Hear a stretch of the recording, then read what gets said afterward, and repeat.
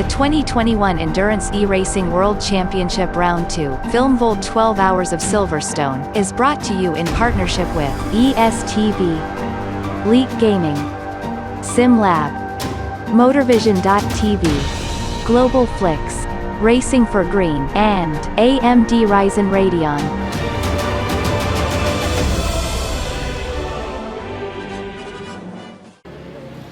Welcome back, ladies and gentlemen, to the Film Vault 12 Hours of Silverstone. Now, while you were in the break and unaware, I was apparently doing a Bee Gees impression. And while that was happening, Jeff Closer was not doing a Staying Alive impression because he actually spun while trying to defend from Felipe Barreto. And now he's run a little bit wide as well. So is there a bit of damage on that car, or is it just a case of the tyres being slightly worn?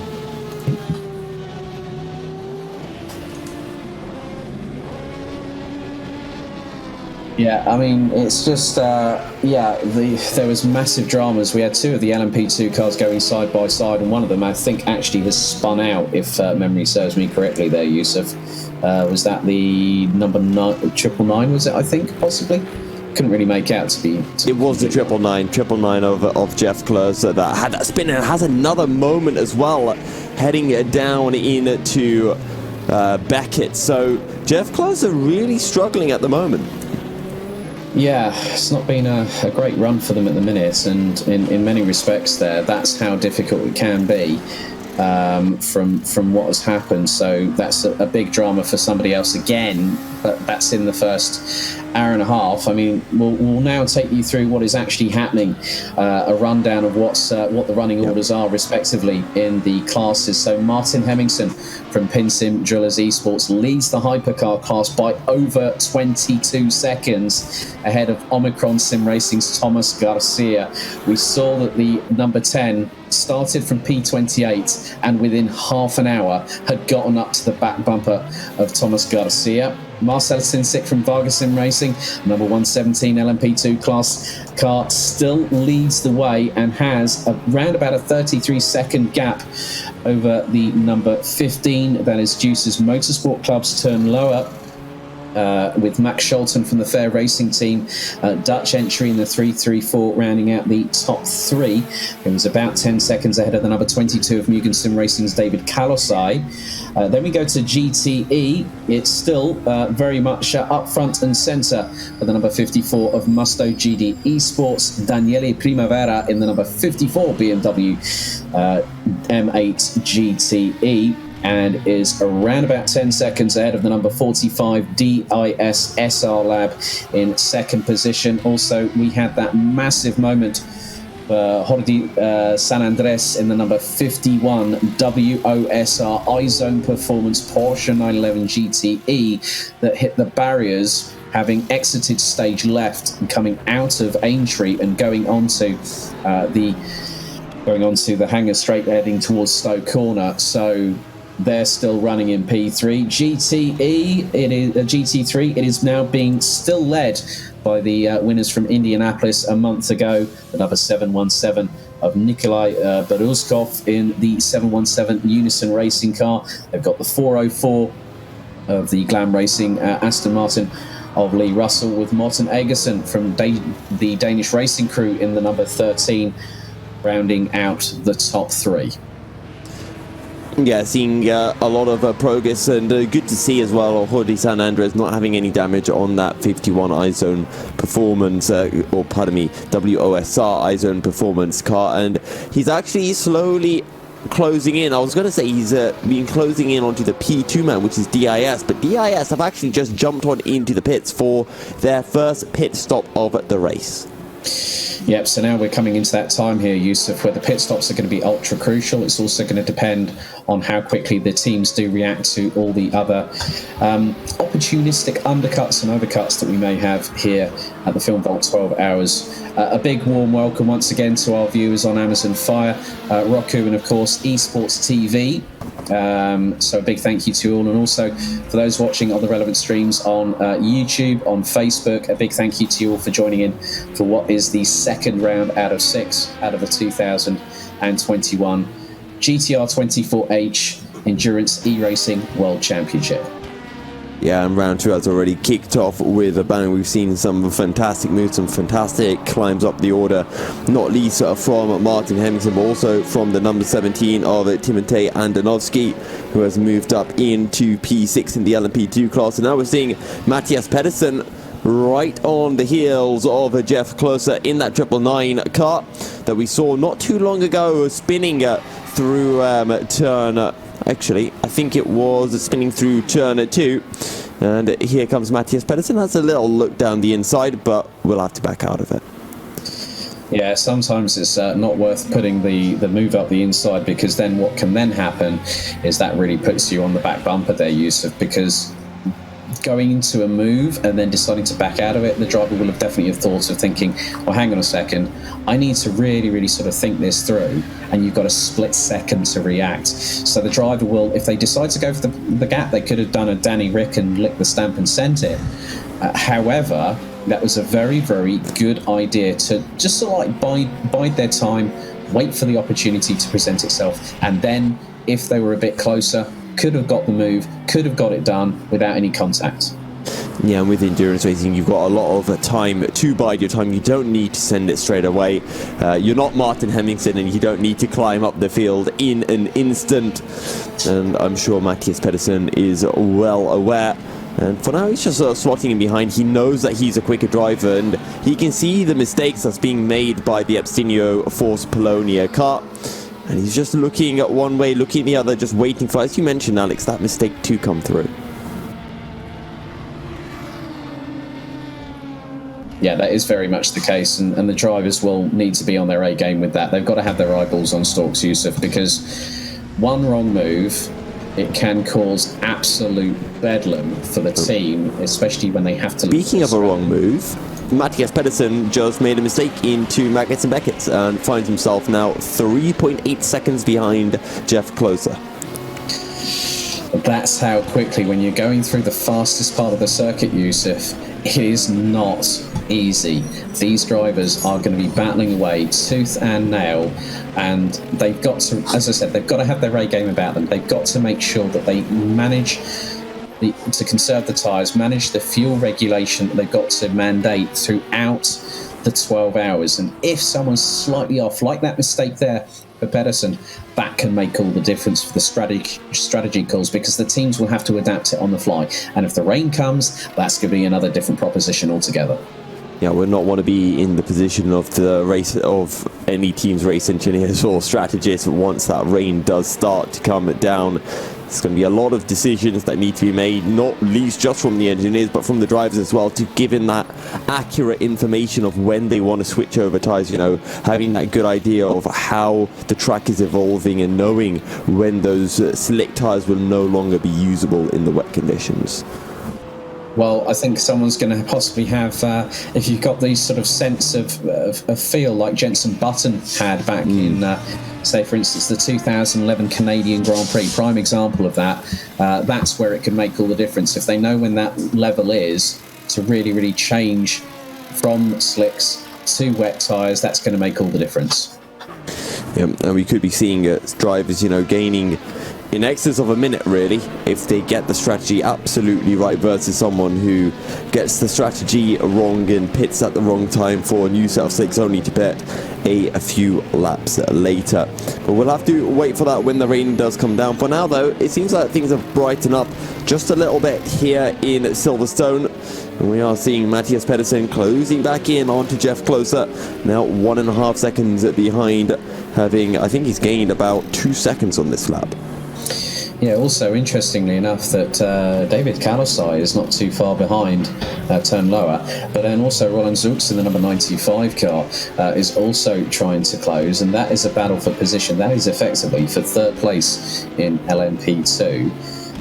So that is seeing them covered by around about 8 seconds or so there, Yusuf. So these drivers are pushing like absolutely crazy, and they're going to try and do their utmost. And looking at the lap times, Kalasai running on a 1:49.4s.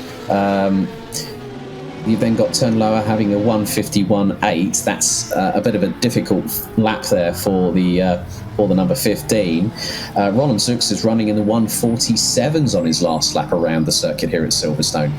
So the picture is being painted, but no one is really giving us an indication, apart from obviously the stalling performance from Martin Hemmingsen. I think Matthias Pedersen and Jeff Close are battling at the moment. They've just come out of Luffield side by side. Through Woodcote they go. With Matthias Pedersen on the inside now, down into Cops Corner, but again he just can't quite get alongside Jeff Closer, and the Abyssinia Force Polonia car will hold on to the position. Yeah, that's pretty good there, to be honest with you. And just to try and keep a hold of position is very difficult in its own right. It's also about how you manage the car.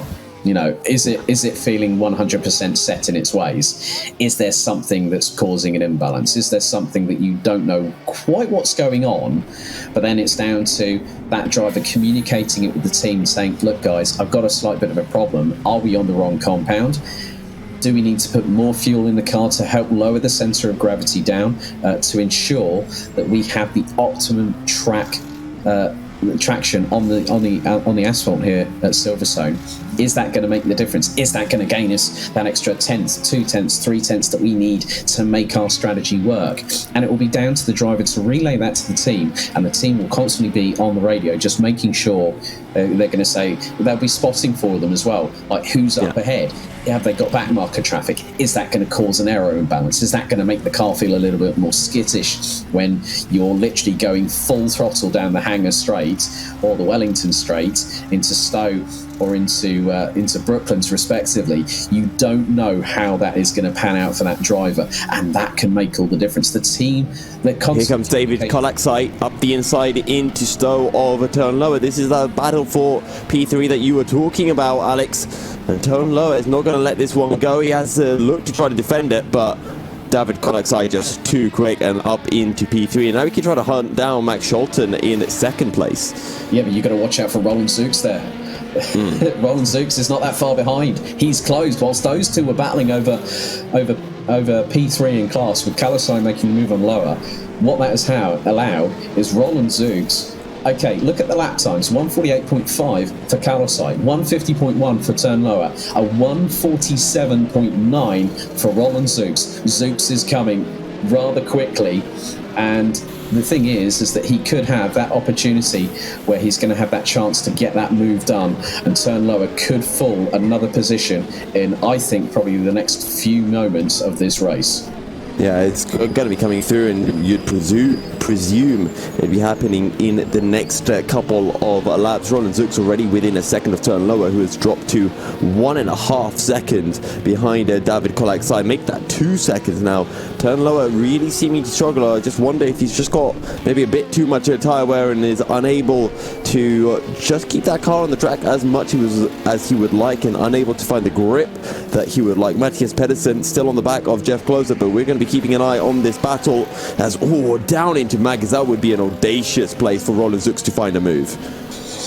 But it can be done. It can be done if you've got full confidence, full self-belief in yourself and the vehicle that you're piloting at the moment, and you know that is going to be the case. But then Roland Zux loses an absolute handful of time. He dropped, what was it? He was nearly half a second up in Sector 1. Sector 2, he dropped close to 4/10. He had contact with one of, I think it was the ID SimSport GTE car, and even if I think that ID SimSport car then had a spin coming out of Beckett, so there might be a bit of an investigation there. Roland Zux maybe not playing it cleanly. Yeah, so that was, with the ID SimSport car. The GT pit stops are now starting to get underway, and the first to blink in GTE is the number 66 Volante car. That is of Bud Solobstrian in the pits from P4. That now promotes via Dupton in the number 63 up to that position. But one of the things that I'm noticing here, Yusuf, is that it is a Musto GDE Sports 1-2. Daniele Primavera in the 54, leading ahead of Giuseppe De Fuoco in the 53 by just over 21.5 seconds. So that's a good sign. Obviously, we do know that last time out, one of the Musto cars had a race to forget last time out at Indianapolis. But they are the BMWs. They are looming and they are wanting to have that opportunity. But also, we have to keep an eye on the number 7 Pescara ADG. Eros Masciuli behind the wheel is running in the 2-minute 1.5s at the minute concurrently. A best lap from the Italian crew so far, a 1:59.960, and Masciuli is only 19.5 seconds behind Giuseppe De Fuoco. But look at Roland Zux. He's actually alongside. Oh, there's contact, more contact between the two of them. Roland Zux goes sideways, and I know you said that we, as commentators, sometimes we see the incident, but that was all on turn lower, who, well, he got boxed in. I think Roland Zux played that really smartly. He boxed in. Roland Zux boxed in turn lower behind a back marker, and turn lower just came across Roland Zux as if he wasn't there. Yeah, that's the thing, because even with these cars, you're still going to have minimal peripheral vision, especially when you're looking in the mirrors. You're trying to gauge where the opponent is, the teams in the teams in your ear with the radio transmissions, like saying he's to your left, he's to your right, like 1 second back, or he's half a car length alongside you. They're giving them detailed information. And once again, Roland Zux is back at turn lower. He's not giving up at all. This is an absolutely brilliant fight, and this is for P4 in class. But what this has allowed is the number 22 of David Kalasai from Mugen Sim Racing is now up the road to the tune of nearly 7.5 seconds. Yeah, he's closing on Max Scholten as well, only a second behind, so we might be having a battle for P2 in the LMP2 class. And there we go, Roland Zux down the inside on exit, and again, boxed in is tone lower, and Roland Zux plays it beautifully once again. He gets the exit, and once again, turn lower has absolutely nowhere to go. Deuces drop a position.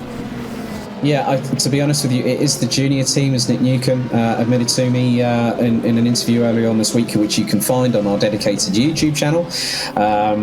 He said it was a case of bringing back the junior team, trying to and he said that with the drivers. We'll just hold on to that thought, because Max Scholten is under pressure. David Kolaczai looking around the outside into Stowe corner, won't be able to find a way through.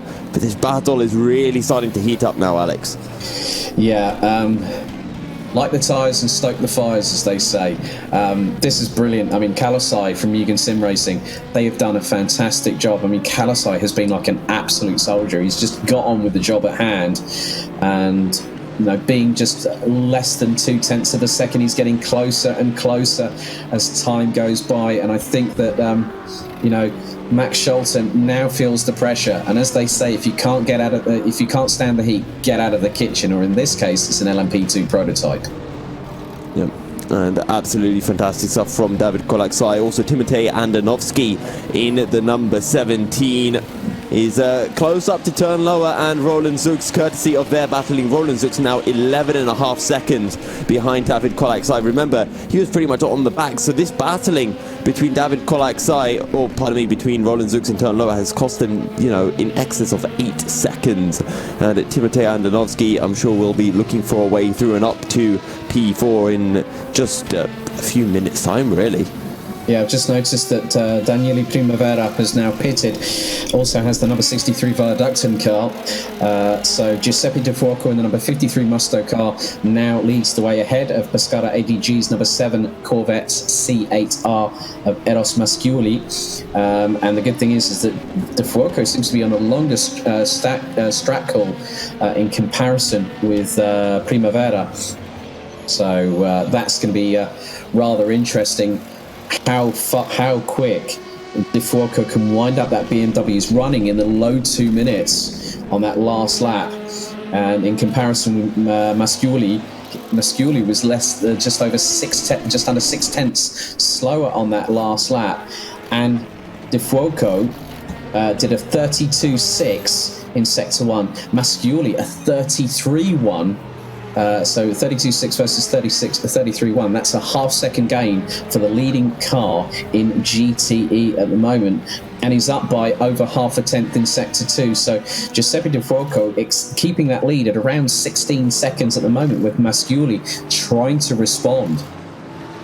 Yeah, Masciuli trying to keep that gap down, but it's increasing. It's now 19 seconds. It's fluctuating a lot around that 19-second mark as both of your GTE class leaders dive on into the pit. So this should relinquish Daniela Primavera back into the lead of the GTE field. And with that, possibly with the thing is look at the gap between Primavera and the number 45 DIS SR Lab car. That's currently in second position, and that's about 2.25 seconds behind. So with the way things are going, Masciuli. Now the thing is that Primavera now jumps back into the lead. And at the moment, DIS SR Lab now go back up into second position. Masciuli and De Fuoco now in the pits. This is going to give the number 51 WOSR Porsche of San Andres into there. And De Fuoco's left the pit lane ahead of Masciuli. So that means that Masciuli will end up behind the number 67 Volante car of Luca Ferlich. And that has now been confirmed. So it's all a change in GTE at this particular moment in time, Yusuf. Yeah, things are changing. We know how close that GTE field is. Giuseppe De Fuoco and Eros Masciuli out of the pits. Daniela Primavera and DIS doing an absolutely fantastic job right now in command of that GTE field. Of course, DIS able to finish third in the opening race, and if things ended as they are currently, DIS would be leading the GTE championships. You know, our alumni from GT3 having won the GT3 championship last season. Yeah, that's pretty good. But also, the thing is that Turn Lower is now behind the number 17 of Pinsam Jewelers Esports, Andonovsky.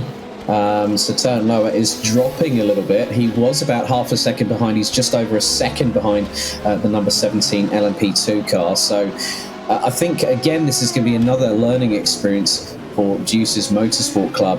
They were in the wars last time out at Indy again, but to still at the moment be in that kind of position in sixth place after, close to an hour and a half of racing. But just keep your eyes on the Matt Webb. Oh, that's a big incident. David Colexai just ran into the back of, I'm not quite sure who that was, but that was a bit of a shunt heading into Copse Corner, and David Colexai just didn't quite get the closing speed right. Well, that just goes to show that one mistake can turn everything all asunder. Here at the Film Vault Limited 12 Hours of Silverstone, here live and uninterrupted with Alex Goldschmidt and Yusuf Bin Suhail for us. We will have Neil Heatley and also Ewan O'Leary joining the commentary team a bit later on in this race. But so far, Matt Webb is on an absolute charge at the moment. The number 68, the starting driver for the E-Team Brit crew running in the Oreca 07. And we talked about them quite a bit last time out at Indianapolis, and we also mentioned them in the preview show. But for them to make the switch from hypercar to LMP2, I think was an inspired choice for their first full assault this year. Yeah, a good decision. They're doing a good job as well at the moment. And 717 of Nikolai Bersukov leading that GT3 class, and Unison Racing just look in absolute control. We talked about how good they looked last time out in Indianapolis, and they've carried that form to Silverstone, and they're showing that no matter what track they're at, they're going to be able to dominate.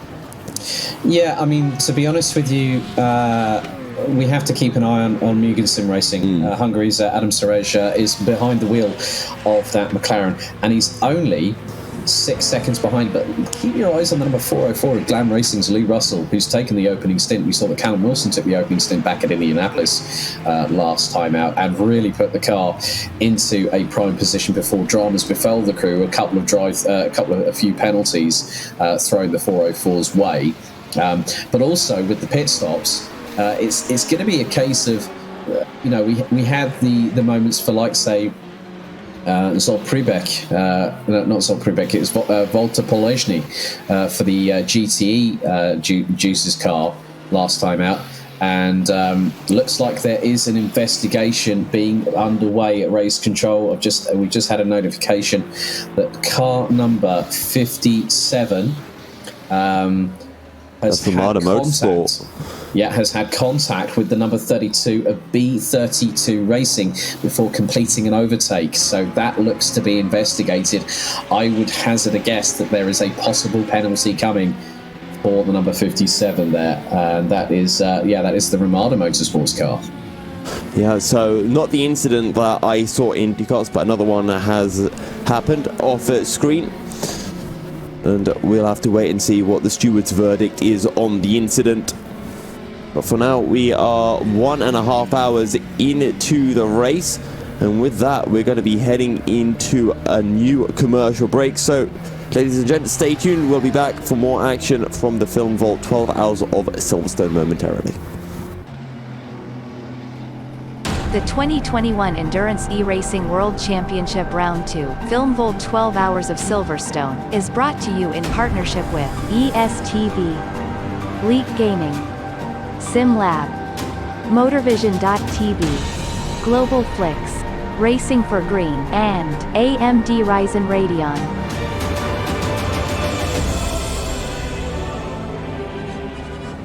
Racing for Green is here to help you carbon neutralize your racing. By planting new trees, Racing for Green offers to make your racing carbon neutral.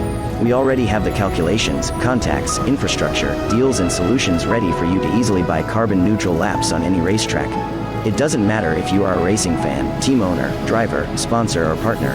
Anyone can buy CO2 neutral laps in the Racing for Green webshop and trade CO2 emissions for New Forest. Racing for Green.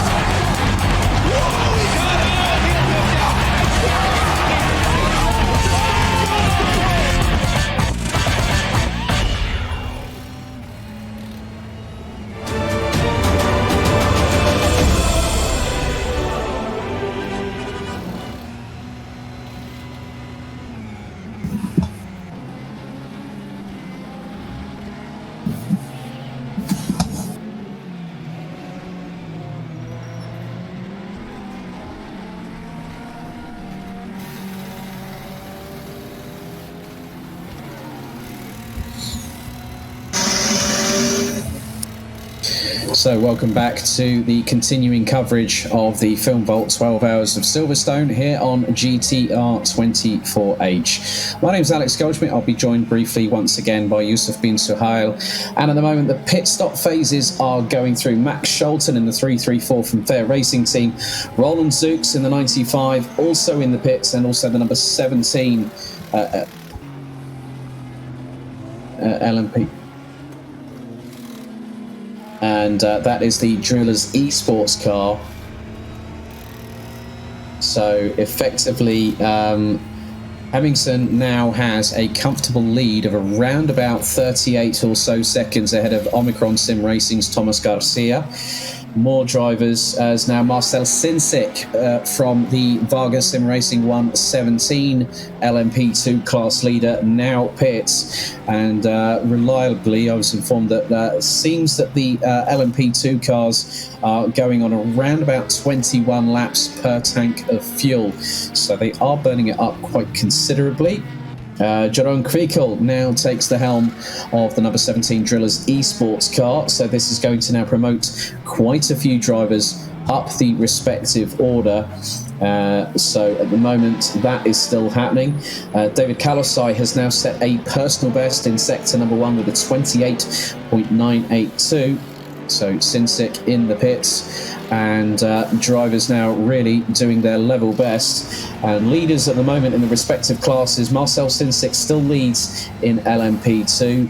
GTE, it is Daniele Primavera from MD Musto eSports. I'm just getting myself tongue-tied a bit there, unfortunately. GT3, it is now still the number 717 of Nikolai Beruzkov at the moment, and they are doing a fantastic job. Winners back at Indianapolis, but keep your eyes on the number 41 McLaren 650S GT3 of Mugen Sim Racing, which currently has Hungary's Adam Serej behind the wheel. Then it is the 404 of Glam Racing's Lee Russell rounding out the top 3, as Felipe Barreto in the number 57 Ramada Motorsports car has now come into the pits. That has changed a little bit of the order. Pim van Ark steps in the 334 Fair Racing team entry from the Netherlands, and now that means that a lot of drivers trying to change things over, and Yusuf, the pit stop phase is now really into full swing here at Silverstone. Yeah, we're starting to see all of the pit stops coming in, and I think we've now seen pretty much everyone pit from every class. We're just waiting, I think it's just for Marcel Chinchik and Max Scholten to head on in. Yeah, they have done so. And Gilly Toman has now taken the wheel from Marcel Sinsik, and they still lead the LMP2 class. They've got a 26.3 second advantage over the 007 of ProSim, and yeah, so now Pim van Ark takes the wheel of the number 334. There are more pit stops happening. The number 57 has now come into, it looks like Alexandre Palmgarter has now taken the wheel. The 766, the Dream Team car, has now come into the pits as well. So a lot of and it looks like the 777, the DSR Nightmare car, has now just been able to get into the pits. Callum Hambley has now taken the wheel of the 999, and that is the Abstineo Force Polonia car. So very much the case, Yusuf, that the pit stop phase is really sort of starting to show things through and going back. So it's Michael Ciccolini that now gets behind the wheel of the Dream Team car in the 766. So that means that just looking at where things are in the respective classes, Matt Webb still in P10 for Team Brit, and is making some good runs, but is around about 12 seconds behind Alexandre Palmgarter. Yeah, I'm also taking a look at Giuseppe De Foco as in the back shot of Luca Furlich. There was a car that had spun, and I think everyone wide that was heading through Abbey, if I'm not mistaken. But Giuseppe De Foco is only a second off right now. Who is he behind? Jordi San Andres in the WOSR iZone Performance car. So we might be seeing a battle coming through in the GT3 class shortly. Nikolai Berzikov in the 717, still about 6 seconds ahead of Mugen Sim Racing. To be fair, that gap's not really changed in the last 10 minutes or so. No, also the number 27 of Competizione Vicar, the Italian crew in the GT3 category. They've just had a bit of a spin with Alvaro Inchalsti. They're down in 33rd position. Every single car at the moment is still running so far, Yusuf. So at the moment, we have got a 100% strike rate for every single competitor. B32 Racing now pits this time around. So 21 litres of fuel per 21 laps per tank of fuel. That's quite a lot of fuel being burnt up, isn't it? Yeah, Musto, actually, just to interject with a point, Musto have found a way through in WOSR. WOSR looking to actually come back into Club Corner. I know I'm bringing this to you a little bit delayed, I do apologise, but Jordi San Andres does not want to give this one away without a fight. No, not at all. Every driver worth their salt will battle away until there's no get up or go or motivation to stay in that battle. And these drivers know that. I mean, it's just crazy how you look at what are the drivers thinking? How are they approaching? How are they building up? Are they taking a couple of laps? Have they got a really good pace in comparison with the car in front? Are they 0.3 of a second quicker? Are they half a second quicker? It's all dependent on the compound tyre that they've used. Have they switched on to a new one that they can switch on a little bit quicker and really get that pace up to speed rather quickly there? And that can make all the difference between making that overtake or not. Have they short fueled in this second stint? Who knows? It's anyone's guess. Yeah, anyone's guess at all, and I mean, there's no way even for drivers outside of the team to have the idea. Yeah, you can look at their kind of data, see the lap times they're putting in, but it's really hard to determine. I think the only thing you can really tell is whether a team is double stinting or not, because you'll see whether they're starting to put in quick lap times. And when I look at my timing screen, I see a lot of green sector 1s and sector 2s after everyone put in their bits of switch. Tends to mean that they're all on a fresh set of tyres. Yeah, that's always the case. I think the teams are wanting to get up to speed rather quickly, and what that then means is that if you go through these tyre sets rather aggressively, you're going to have an idea of how you can compensate your strategy. If you've got a heavier fuel load, that's going to affect the deg on the tyres as well. How hard you're pushing through the corners. Are you really grabbing? Are you really ringing the scruff of the neck of this car to absolutely 110% and trying to push as hard as possible? But in an endurance race, you can do that only to a certain point. There may be a case of if it's a short fuel stop, they're going to have to look at, are they going to have to lift and coast? Where are the prime opportunities around the circuit? Going through Cops, you're lifting off. Going through Abbey, you're lifting off. Going into, you might actually get the car to, rather than completely use the brakes. It seems like we've also now got a real good battle, because Jeroen Kvikkel in the Pin Sim Drillers Esports number 17 is closing on Juices Motorsport's very own Turn Lower.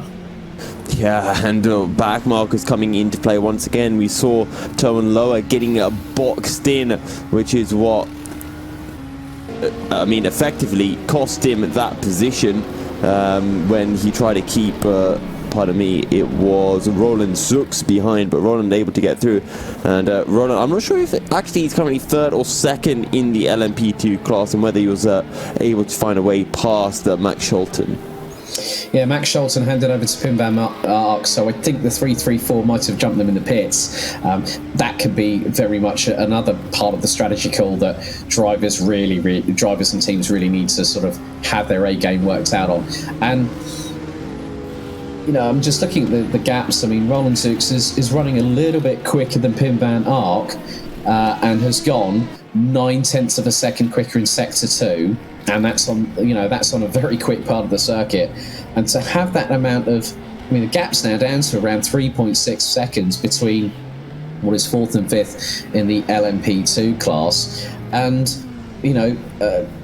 it's really, really changing hand over fist. And Jeroen Kvikkel is just trying to close up on Turn Lower. So these fights are not done yet. Pim van Ark has now got a 5.1 second advantage ahead of Roland Zux, but Turn Lower and Jeroen Kvikkel absolutely trying to battle away once again for what is 7th overall on the road, but P5 in LMP2.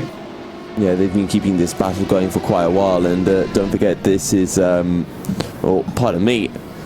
trying to close in, and we'll see if there is a move. Jeroen Kvikkel has been doing a good job, taking on over for Timotej Andonovski in that 17 Pin Sim Drillers car. Remember, they started towards the back of the field like their Pin Sim Drillers counterparts in the hypercar class. They've done a good job to work their way up the field so far. Yeah, they definitely have. Just looking back at where they started in terms of qualifying. P28 for PinSim Drillers Esports in the number 17 LMP2 car. They're now up 20 positions to P8 and closing down on P7 overall, but P5 in class.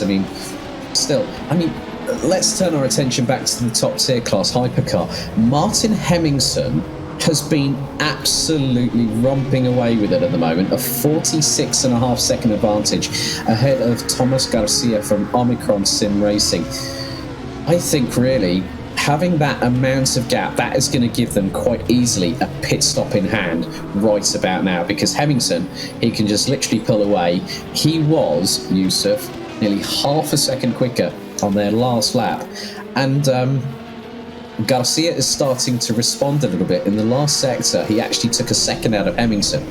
But we know what Hemmingsen in sector 1 was well over 2 tenths quicker. A 28.667, Garcia 28.899, Hemmingsen 46.6 through sector 2.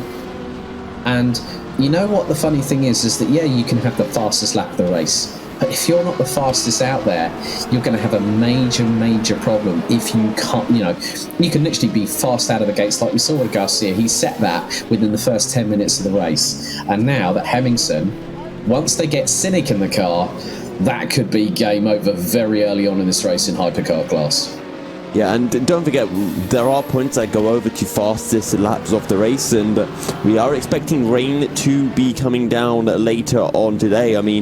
So if you want to get that faster lap in, you need to get it done in the next hour or so, otherwise it's going to be practically impossible to improve upon your time. Very true, 100% there, because all these little points over the year make so much of a bigger impression in terms of the championship permutations, and that will help Omicron Sim Racing and also Thomas Garcia to have a bit of confidence. Their confidence was blown 6 feet under come Indianapolis, having to retire 2 hours before the end of the race. And Thomas Garcia, he's the first one out there. But it now comes down to his teammates. His teammates have to watch themselves this time, because they got caught out, let's not forget. You had Josef Suto, amongst others, as well as the rest of the team. So these drivers now have to really keep an eye on what they're doing. Patrick Silvasi also came under the wrath of the officials last time, so those two really have to watch it. But now, again, we are seeing a battle for position, and this is for P7. This is the 007 ProSim car with the number 57 car of Ramada Motorsports. Oh, but just hold that thought, because Jerome Quico trying to squeeze past turn lower, and he's found a minuscule gap on the run down in towards turn 1, and he's been able to pull off the move as well, as there's some crazy desing happening to, I think that is I'm not sure, I think that's the 999 of Callum Hambley. Yeah, the 999 there, that's from Abstineo Force Polonia. So they're going to have and that was on the main start finish straights as well. So it's just really a case of how these drivers, and when you look at it, turn lower is still trying to close on Jerome Kvikl. Obviously, having lost that position to the PinSim Drillers Esports car, there is time to be made up here. And if someone gets caught up in traffic, we are seeing that with the ProSim battle with Alexander Palmgarter from the number 57 of Ramada Motorsports. You can see that they are pushing like crazy, and this, I must give credit where credit is due. Some of the back markers are getting out of the way. They are using great spatial awareness, and one of the biggest things that they don't want to have happen to them is to be called up for race control and then get a penalty. Yeah, precisely so. And Alexander Palmgarter closing in slowly but surely. And we'll have to wait and see when that battle will reach its climax. But for now, Ramada Motorsports just sitting behind, and we'll just wait for that opportunity. This is the battle for P7 in the LMP2 class, which is currently being held by the 007 of ProSim. So that's always nice to see. And also quite topical that the 007 refers to good old James Bond as well. Oh, of course. And hopefully people aren't feeling too shaken, not stirred at this particular moment in time. Sorry, I had to get the puns in there. But, of course, what are you going to do? It's a home round. And, I think, also looking at the likes of Morten Egerson that you actually spoke to a little bit earlier on. The number 13 doing a very, very good job in GT3 at the minute. They're currently running in P5 behind the One Move Esports car that is Thibaut Malbrun in the number 26 car at the moment. And Egerson actually closing at the moment. He's about 9/10 of a second behind the number 26 Ferrari. Yeah, doing a good job is Morten Egerson, and last time around pretty much matching Thibaut Malbrun's lap, and they're only 6 seconds down from Lee Russell. We're talking about the top 6 in GT3, or pardon me, the top 5 in GT3 being separated by less than 15 seconds, so it's still super, super close in the GT class. Yeah, so we're getting close to, I think, ever closer to 2 hours being completed here for the Film Vault 12 Hours of Silverstone presented via GTR24H. So at the moment, again, Hemmingson is just absolutely flying away with this. The gap now over 49 seconds.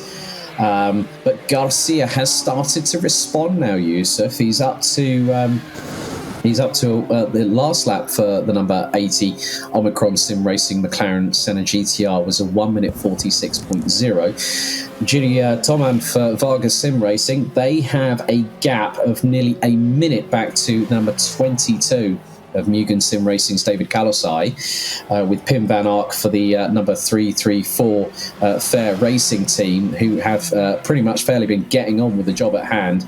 Daniele Primavera still leads for Musto GD Esports in the GTE class ahead of the number 45 DIS SR Lab Porsche, with Giuseppe De Fuoco in the sister BMW M8 GTE of Musto GD Esports still rounding out the top 3, and still Unison Racing absolutely doing a fantastic job with Nikolai Boruskov still leading in the 717, and it is getting closer between the top 3. I've been reliably informed.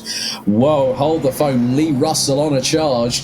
He is literally pretty much with the number 41 of Mugen Sim Racing's Adam Serej from Hungary.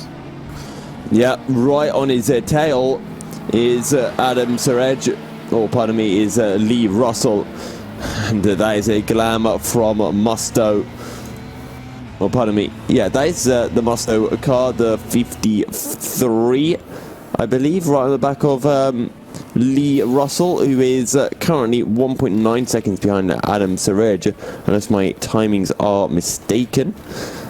Yeah, I think in some respects now that is the GTE leader looking to lap the third place car in GT3. And going through Maggots, Beckett's and Chapel, Primavera waiting and biding time to get through, and looks to have done so as Palmgartner really trying his hand to get up close and personal. This is just really, really getting intense now here, Yusuf, because the drivers are still pushing like absolutely crazy right now.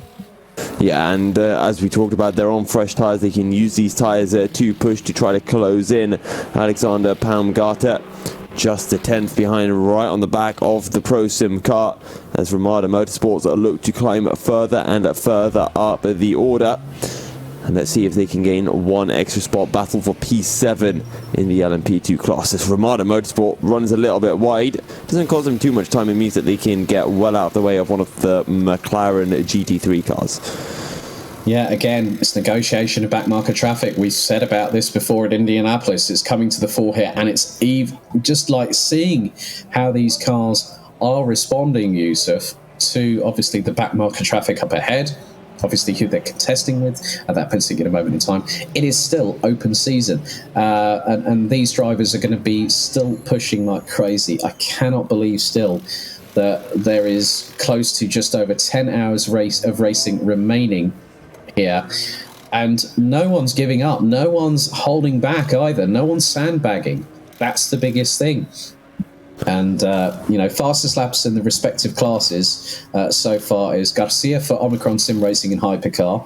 It was Marcel Sinsic earlier on for the 117 of Vargas Sim Racing in LMP2. GTE, of course, is the class leader. Primavera in the 54 Musto car. And then, actually, the fastest lap of the race is for the number 20 in GT3, is the car in what is now effectively fourth position at the moment, Thibaut Malbrun, with a 1:59.778. And the biggest thing there, though, Yusuf, is that is the only car in GT3, from what I've seen, that has gone sub 2 minutes around here at Silverstone.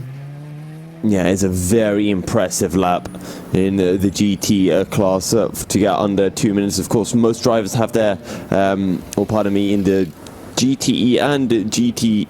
in the GTE class, most drivers have their fast lap under the 2 minutes, but in the GT3 class, it is just a Thibaut Malbrun with that 1:59.7. Other drivers have got close, you've got the 2:03 from Adam Surrej and Lee Russell, but I think it's just showing, again, as always, how close the GT classes are, and we'll see whether Thibaut Malbrun can close in onto Lee Russell, currently 5.7 seconds behind. He lost a tenth on the last lap, and Lee Russell in turn lost a few tenths to Adam Surrej. Yeah, it's still all to play for. Still plenty of action still to come here at the Film Vault 12 Hours of Silverstone. Round 2 out of 6 for the 2021 GTR 24H Endurance E-Racing World Championship. In a month's time, we will head to the 12 Hours of Sebring. So we'll be stateside once again. We'll be heading back to what will be the Florida coast. An iconic circuit in its own right, but still here at Silverstone, still much to be decided. And Yusuf, I mean, there's quite a few dynamics. I think I've been keeping an eye on B32 Racing, the number 32 LMP2 car. They're trying to close in on the 766 Dream Team, the Danish entry, which has got Michael Ciccolini still behind the wheel of that car. And he's got Alan Hansen alongside in the lineup for this time around. So, there is... I'm looking at also the battle for what is fourth position. It's covered by just over around about 5.5 to 6 seconds between Roland Zuxen of 95, Jerome Kwikel in the 17 and turn lower, still keeping his hand in the number 15 Juices Motorsport car. So a lot of drivers still really pushing like crazy, and I don't think they're gonna give a damn about keeping mechanical sympathy in the forefront of their minds. What they're wanting to do is get better lap times and get up close and personal with the opposition and make the move that could decide the race well and truly for them. Yeah, and I think it's also really good news for turn lower in that number 15 Deuces Motorsport Club car, because they seem to be really struggling at the end of the kind of first 2 hours, at the end of 1.5 hours. But since they made their last pit stop, they've got back on pace. They're no longer losing time to the likes of Jerome Kwikel and Roland Suk. So whatever issues they were having seemingly have been well and truly resolved. Yes, very much the case, as the drivers still continuing their way around the circuit here. 3.66 miles here at Silverstone. And just going to check. Right, okay. We've seen that the car number 57 actually got a drive-through penalty on that issue earlier on. That was the Ramada Motorsports car that got a drive-through. And also car 32 has been sort of pinged by race control reference not giving space by two times and that was on the number 68. There's been a bit of it seems like some drivers are trying to keep themselves in the front by possibly having any issue, maybe sort of like I think E-Team Brit are being kept a close eye on as well, on the way that they're actually looking to do overtakes around the circuit here. So race control keeping their wits about them. They've got their eyeballs and all the data they need on stalks right now. Yep. And B32 will need to be a little bit careful, just keeping an eye on any gaps around towards the back of the GTE class. Magnus Berggren is closing in onto Jesper Pedersen. in the 166, and I believe that is an all-out ID SimSport battle going on. Yeah, we spoke with Mark. I spoke with Marcus Steyer last night, didn't I, from the 177 crew? So yes, their return back to GTR 24H, and they're hoping that there is, and we're actually now hearing reports that there is an issue. A possibility for a lag issue for the Astoneo Force Polonia crew, I've just heard as well. So lag spikes very much prevalent in sim racing, and we have seen it before where that happened in there, and it looks like I think they have just swapped their driver, so that could possibly cause that could probably help with regards to that issue. So yeah, it just shows that in sim racing there are more than just there's hardware failures, there's software failures, a lag spike on the internet connection that can really change things around quite significantly for any driver.